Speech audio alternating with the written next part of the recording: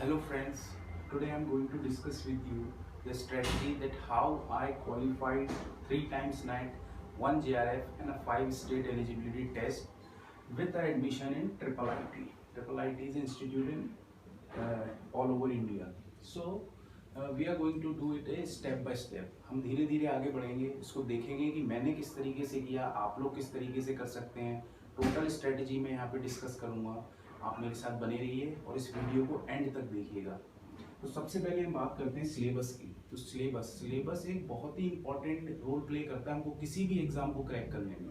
Not only JRF, any of the exam which are being held in India. So first of all we should know what is the syllabus.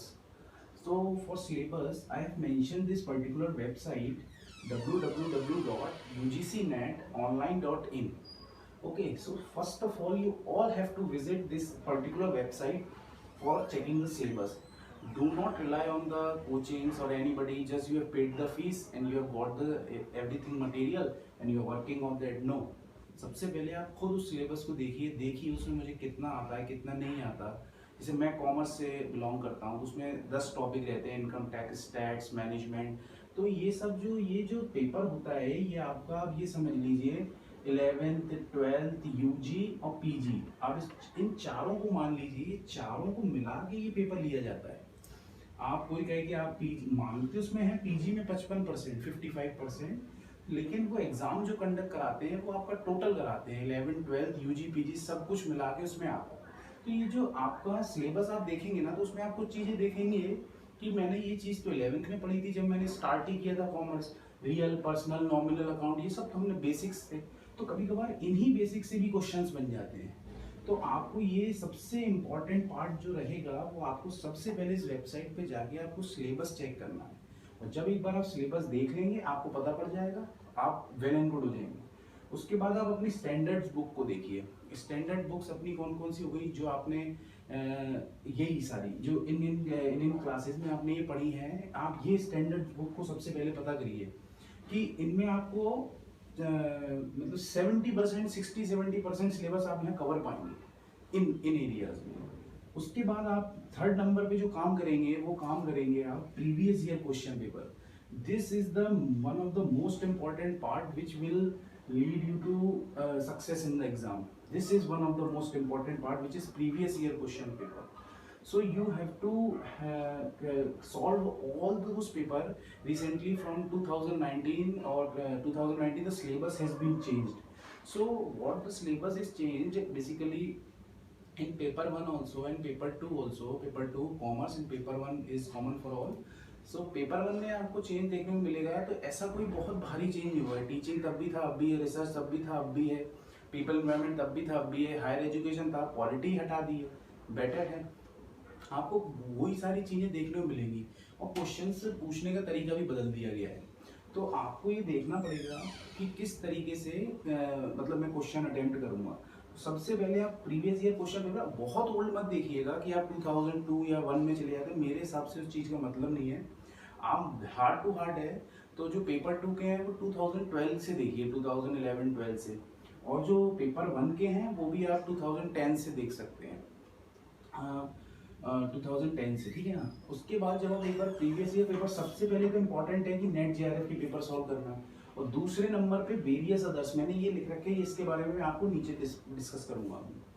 जब ये 3 काम आप करेंगे, इधर आप अपनी स्टैंडर्ड बुक से पढ़ाई करेंगे और ये करेंगे, तब आपको पता चलेगा कि एग्जाम क्या पूछना चाह रहा है, क्या पता है, क्या है वो exam, what this exam is all about. तब आपको इस जगह आके आप क्लियर हो जाएंगे कि हाँ अब मैं ये एग्जाम अटेम्प्ट कर सकता हूँ या नहीं कर सकता, और किताबें कौन सी किताबें मुझे पढ़ने की जरूरत है या नहीं है. उसके बाद आपको आते हैं, आपको इंपॉर्टेंट एरियाज पता पड़ जाएंगे, क्लियर हो जाएंगे कि आप क्या इंपॉर्टेंट है क्या इंपॉर्टेंट नहीं है. उसके बाद ये जो वेरियस अदर मैंने लिखा हुआ है इसके बारे में डिस्कस करेंगे. तो ये 4 पॉइंट सबसे पहले आप इसको ये कंप्लीट करेंगे. तो मैंने किस तरीके से किया, मेरे साथ भी यही था. सबसे पहले मैंने ये सब पढ़े, 11th 12th यूजी पीजी सारी किताबें मैंने पढ़ी, सब चीज़ देखी. जितना समझ आया ठीक है, नहीं तो आगे बढ़ा, पेपर सॉल्व करने लगा. पेपर सॉल्व करते करते मैंने नेट का एग्ज़ाम भी देने लगा. नेट का एग्ज़ाम दिया, नहीं हुआ मेरा 2-3 बार. मैंने इन सेट्स के चक्कर में आया, मैंने कहा ये क्या है भैया, ये पता पड़ा कि भैया ये इन्हीं के इस पे पैटर्न पे होते हैं। Set exam is nothing but the each and every state is conducting their own state eligibility test on the basis of UGC net. Whatever the pattern is of UGC net, same pattern is followed by set examinations. So जब मुझे पता पड़ा कि भैया मैं जो चीज़ पढ़ रहा हूँ वही चीज़ वहाँ पूछी जा रही है, तो मैंने कहा वो भी अटेम्प्ट करते हैं। मेरे को ऐसा कुछ नहीं था कि भैया वहाँ जाके जॉब करनी है, कुछ करना है, लेकिन एक बात थी कि पेपर का पैटर्न पता पड़ेगा। तब तक मैंने कोई कोचिंग नहीं ली थी, कोई कुछ नहीं किया था, नथिंग नथिंग एंड कुछ भी नहीं, सिर्फ अपने सेल्फ एंड पे पढ़ाई कर रहा था मैं। सेल्फ एंड पे पढ़ाई कर करके मैंने 5 स्टेट एलिजिबिलिटी टेस्ट मैंने क्वालिफाई कर लिए थे। मेरे को ज़रूरत नहीं पड़ी थी, और मैंने नेट भी मेरा हो गया था, एक बार नेट मेरा हो गया था, बट मेरा जीआरएफ नहीं हुआ था। तो मैंने जीआरएफ नहीं हुआ तो उसके बाद मैं भी ये इधर उधर देखा। ऑनलाइन बहुत सोर्सेज हैं, आप यूट्यूब पे क्लिक करेंगे तो काफ़ी सारे चैनल्स हैं, एवर स्टडी क्लासेस, नव क्लासेस और कॉमर्स नेट अचीवर्स। तो ये लोग प्रिपरेशन अच्छी कराते हैं, आप इनसे पढ़ेंगे। तो फिर मैंने अनअकैडमी का भी सब्सक्रिप्शन लिया था। कब? जब मैंने ये क्लियर कर लिया और जब मैंने एक बार नेट, तो मैं आपको ये बताना चाह रहा हूँ, जरूरी नहीं है कि आप कोचिंग का सहारा लेंगे, वो जस्ट मेरे का टाइम मैनेजमेंट, क्योंकि मैं कुछ और भी पढ़ाई कर रहा था, मेरा टाइम मैनेज नहीं हो पा रहा था, इसलिए मैंने उसका सब्सक्रिप्शन लिया। तो आप आराम से बिल्कुल इजीली आप उसको क्रैक कर सकते हो, उसमें कोई बहुत हार्ड एंड फास्ट इशू नहीं है कि होगा नहीं होगा, बहुत इजीली होगा। आपको बस फोकस रखना है अपनी जो एरियाज हैं। ये पेपर जो है ना, ये मैंने बोला है, और जितने ज़्यादा पेपर क्या है, एमसीक्यू पैटर्न का है। तो अब एमसीक्यू पैटर्न का पेपर है तो आपको ये पता होना चाहिए कि एमसीक्यू पेपर में आना एमसीक्यू है, तो हम जितने ज़्यादा से ज़्यादा एमसीक्यू लगाएंगे उतना ज़्यादा हमारे लिए बेटर होगा।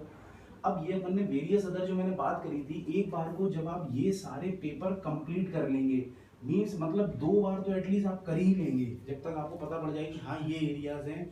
और जैसे कुछ नहीं आ रहा तो बगल में साइड में नोट्स बना दे, चलिए ये टॉपिक है, एक क्वेश्चन एमसीक्यू पूछा गया, 4 ऑप्शन है उसके, 4 ऑप्शन में से आपको मान लो एक आता है, आपको पता है एक है, लेकिन बाकी 3 भी क्यों नहीं आते वो आपको पता होना चाहिए। इस तरीके से ये पेपर सॉल्व होना चाहिए, तो बहुत कुछ सॉल्व हो जाएगा आपका उससे। उसके बाद वेरियस अदर जो मैंने यहाँ लिखा है वो वेरियस वेबसाइट्स के बारे में बात करिए। अब ये वेरियस अदर क्या, आपने मान लो ये पेपर कर लिए, अब हो रहा है इंसान बोल रहा है यार मैंने तो सब कुछ कवर कर लिया, लेकिन ऐसा नहीं है। अब वेरियस अदर्स में आपको यहाँ पे देखना है कि मैंने ये वेबसाइट्स मेंशन करी हैं, और ये वेबसाइट जो मैंने मेंशन करी है ये वेबसाइट है इन सेट एग्जामिनेशंस की, क्योंकि ये सेट एग्जामिनेशन होते किसके तर्ज पे हैं, नेट एग्जामिनेशन की।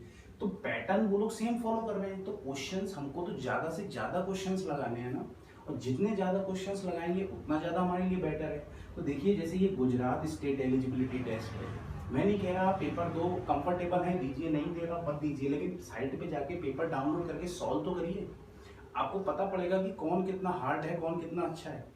पेपर का आप देखेंगे मिक्सचर ऑफ क्वेश्चंस आते हैं, कुछ क्वेश्चन इधर चले जाएंगे, नेट के इधर आ जाएंगे, सेट के उधर चले जाएंगे, मैंने दिए हैं इसलिए मैं आपको अपना एक्सपीरियंस शेयर कर रहा हूँ। ये इसकी साइट है, ये कर्नाटक स्टेट की, ये तमिलनाडु की है, ये तेलंगाना स्टेट की, ये आंध्र प्रदेश स्टेट एलिजिबिलिटी, ये मध्य प्रदेश स्टेट एलिजिबिलिटी, ये केरला स्टेट एलिजिबिलिटी। ये मैंने आपको करीब करीब 3 और 3 से 7 वेबसाइट्स मैंने आपको बताई हैं।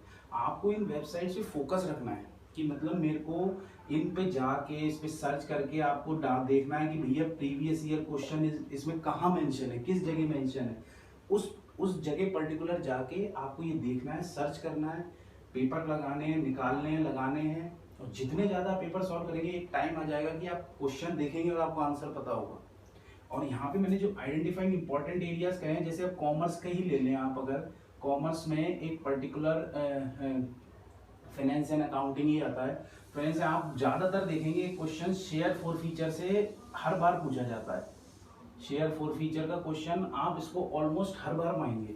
तो मैंने ये कहा ना, ये मुझे कैसे पता पड़ा कि ये क्वेश्चंस हर बार आते हैं, मैं तो अपनी एक पढ़ाई में लगा रहता, पर्टिकुलर किताबों में घुसा रहता, पूरा पढ़ता रहता। सिलेबस तो इतना वास्ट है कि आप कवर ही नहीं कर पाएंगे, मतलब बहुत वास्ट है सिलेबस, हर चीज़ कवर करना एक बहुत मुश्किल है। आपको हार्ड वर्क के साथ स्मार्ट वर्क भी करना बहुत ज़्यादा ज़रूरी है। तो इंपॉर्टेंट एरियाज में जैसे मैंने जब ये क्वेश्चन लगाया ना, तब मैंने देखा यार ये तो हर बार ये क्वेश्चन पूछा जा रहा है, तो this become my important areas in to solve. I should know how to solve share forfeiture each and every question। मुझे ये पता होना चाहिए कि शेयर फॉरफीचर का हर एक क्वेश्चन किस तरीके से होगा, तब जाके मेरी ये बात बनेगी कि हाँ शेयर फॉरफीचर अब मेरा कंप्लीट है। और ये मुझे पता कैसे पड़ा, इन क्वेश्चन पेपर की वजह से। तो यही एक छोटी सी स्ट्रेटेजी है। सबसे पहले आप सिलेबस देखेंगे, स्टैंडर्ड बुक्स उठाएंगे, previous year question paper solve करेंगे, इंपॉर्टेंट एरियाज को जानेंगे। जब इतना काम हो जाएगा तब मैंने आपको ये इतना काम और दिया है। और जब इतना काम हो जाएगा तो कई जगह क्या है ना, पीएचडी के एंट्रेंस टेस्ट होते हैं, तो उसमें भी आपका जैसे कॉमर्स का होता है, तो हर किसी में सब पेपर टू के सारे सब्जेक्ट के लिए बात कर रहा हूँ। तो ये जैसे मेरा कॉमर्स है, हर किसी के सोशियोलॉजी का होता है, आप और भी ले लीजिए, मैनेजमेंट है, तो ऐसे हर किसी के सबके अलग अलग पीएचडी में एडमिशन होते हैं, तो वो लोग भी एंट्रेंस टेस्ट लेते हैं। वहाँ के क्वेश्चन पेपर निकालिए, सॉल्व करिए, वहाँ रिसर्च आरएम के क्वेश्चन आपको बहुत अच्छे अच्छे मिलेंगे। तो आपको इन सब चीज़ों का बहुत बारीकी से ध्यान रखना है और इनको सॉल्व करना है। जब तक ये काम अगर इतना काम हो जाएगा ना, तो मेरे हिसाब से आपको कोचिंग की जरूरत नहीं पड़ेगी। और फिर भी अगर आपको लगता है तो आप फ्री हैं, मैं उनके लिए कह रहा हूँ। ये बहुत से लोग होते हैं जो लोग नहीं पे कर पाते, कोचिंग फीस काफ़ी हाई रहती है, तो उनके लिए ये एक सिंपल सी स्ट्रेटजी है।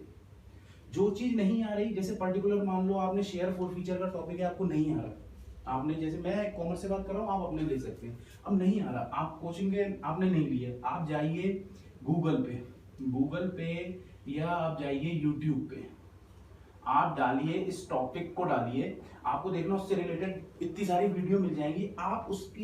आप ये मत सोचिए कि नेट में क्या पूछते हैं, वो सब गया अलग। लेकिन आप ये देखिए कि शेयर फोर फीचर आप बेसिक से सीखिए और बेसिक से एडवांस में चले जाइए, और फिर आप ये जब क्वेश्चन सॉल्व करने आएंगे ना, इस जगह क्वेश्चन सॉल्व करने आएंगे, आप देखना आपसे क्वेश्चन बन जाएगा।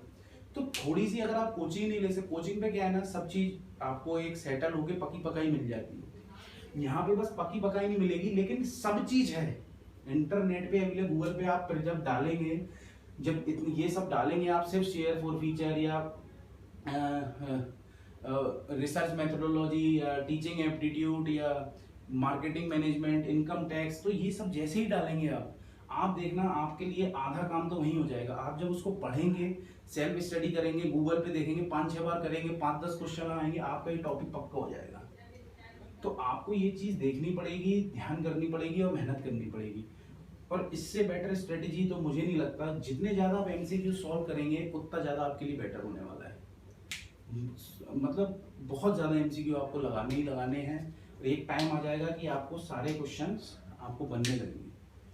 ठीक है, चलिए, थैंक यू वेरी मच।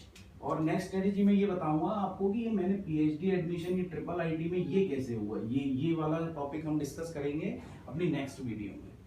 ठीक है, थैंक यू।